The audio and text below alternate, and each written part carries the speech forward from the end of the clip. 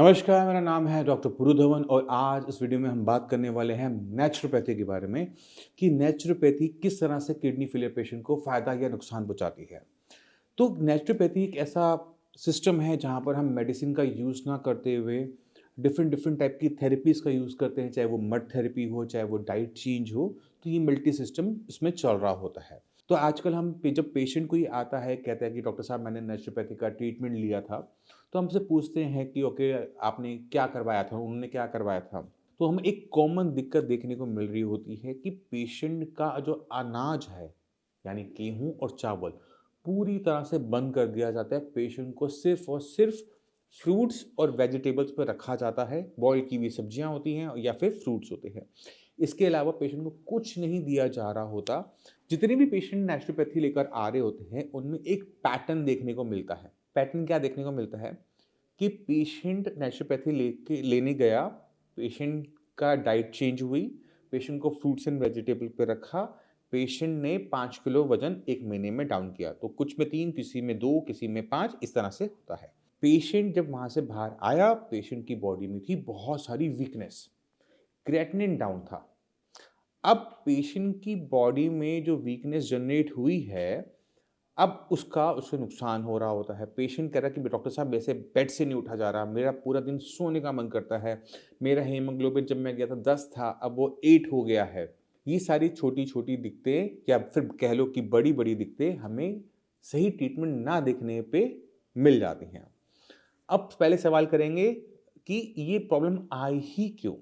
तो आपको समझने की ज़रूरत ये है कि जब भी हम किसी भी थेरेपी में जाएँ, किसी एबीसी किसी भी थेरेपी में जाएँ, allopathic, Ayurvedic, homeopathic, naturopathy, yoga, यूनानी, कुछ भी करें।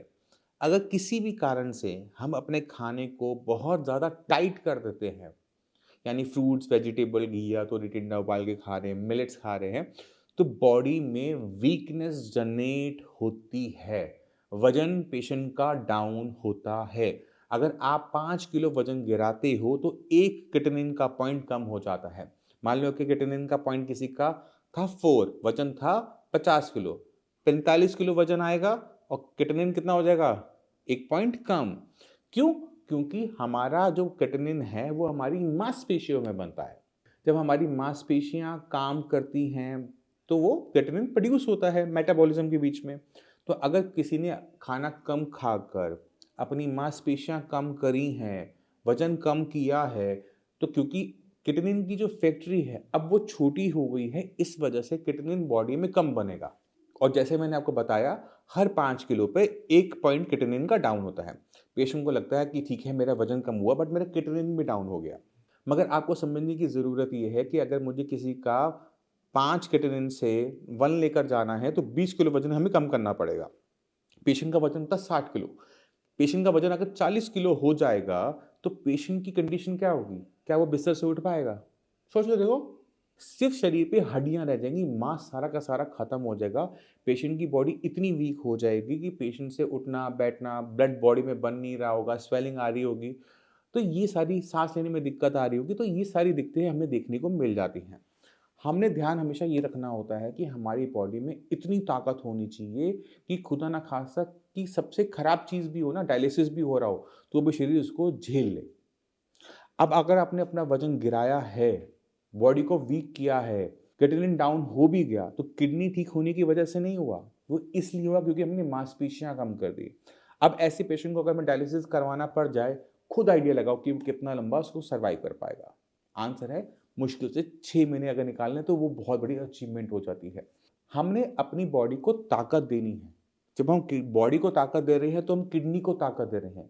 जब हम किडनी को ताकत दे रहे हैं, किडनी अच्छा काम कर रही है। जब वो अच्छा काम कर रही है तो क्रेटिनिन बाहर निकल रहा है अच्छी तरीके से, क्रेटिनिन डाउन हो रहा है।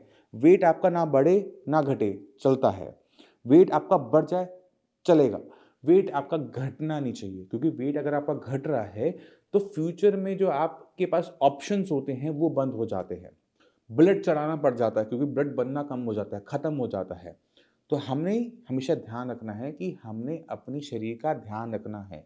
जब आप अपने शरीर का ध्यान रख रहे हो तो आप अपनी किडनी का ध्यान रख रहे हो। जब किडनी का ध्यान रख रहे हो तो किडनी पहले से बेटर परफॉर्म करेगी, क्रेटिनिन को बाहर निकालेगी अपना काम करने की क्षमता को बढ़ाकर, ना कि वजन को गिराकर। किसी भी किडनी फेलियर पेशेंट को सबसे पहले काम करने की ज़रूरत है अपनी बीपी और शुगर पे, क्योंकि 80% जो किडनियाँ खराब हो रही है वो इन्हीं दोनों के कारण से हो रही है, या तो बीपी होगा या फिर वो शुगर होगा।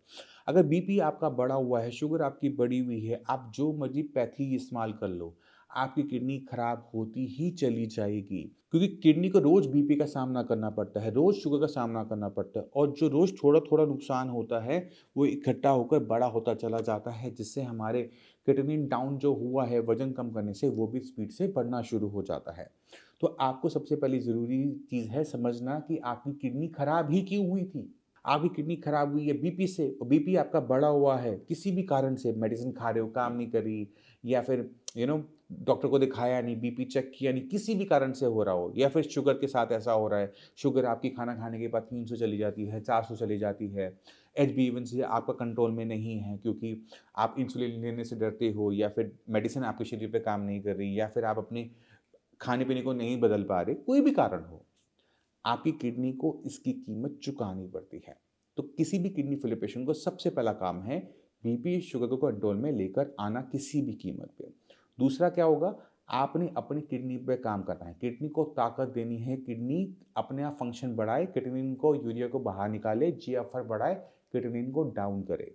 जब ये 2 चीज़ें होनी शुरू हो जाती है, रिपोर्टें बदल जाती हैं, पेशेंट बहुत खुश होना शुरू हो जाता है। अब मैं चाहता हूँ कि कुछ रिपोर्टें देखो कि किस तरह से हमने पेशेंट को खाना खिलाकर क्रिएटिनिन को डाउन किया है।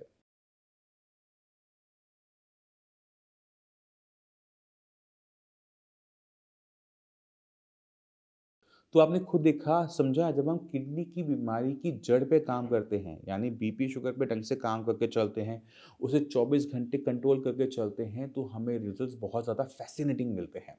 मैं उम्मीद करता हूँ इस वीडियो से आप काफ़ी कुछ समझ गए। फिर भी माइंड में कोई भी डाउट हो ना, कुछ भी पूछना चाहते हो, मोस्ट वेलकम है। आप आके मिल सकती हो, डॉक्टरों से बात कर सकती हो, और इसी के साथ मुझे चलने की आज्ञा दीजिए। मिलते हैं अगली वीडियो में, तब तक के लिए नमस्कार।